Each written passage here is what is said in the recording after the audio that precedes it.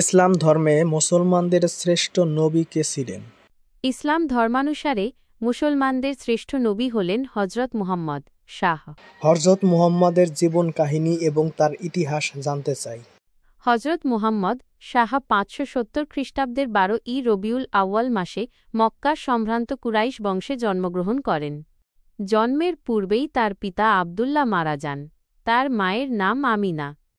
৬১০ খ্রিস্টাব্দে ৪০ বছর বয়সে মুহাম্মদ হেরা গুহায় নবুয়ত লাভ করেন। আল্লাহর নির্দেশে হজরত জিব্রাইল মুহাম্মদের কাছে আল কুরআনের ৫টি আয়াত নিয়ে আসেন। আয়াতগুলো ছিল কুরআনের ৯৬তম সূরা আল আলাকের। পাঠ করুন আপনার পালনকর্তার নামে যিনি সৃষ্টি করেছেন। হযরত মুহাম্মদের আরও কিছু তথ্য জানতে চাই, জানাতে পারেন? অবশ্যই।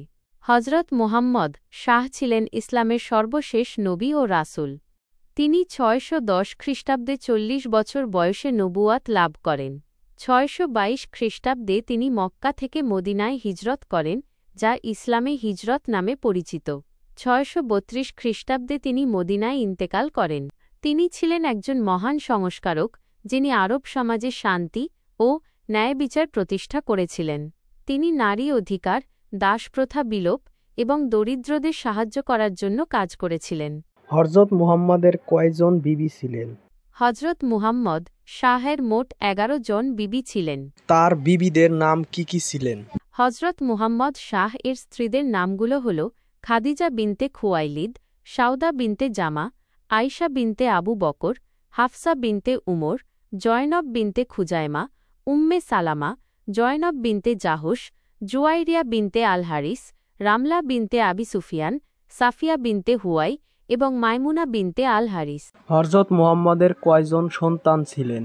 হজরত মুহাম্মদ শাহ এর মোট ৭টি সন্তান ছিলেন। তাদের মধ্যে ৩ জন ছেলে এবং ৪ জন মেয়ে। হজরত মুহাম্মদ শাহের সন্তানদের নামগুলো হল কাসিম, জয়নব, রুকাইয়া, উম্মে কুলসুম, ফাতিমা, আবদুল্লাহ এবং ইব্রাহিম।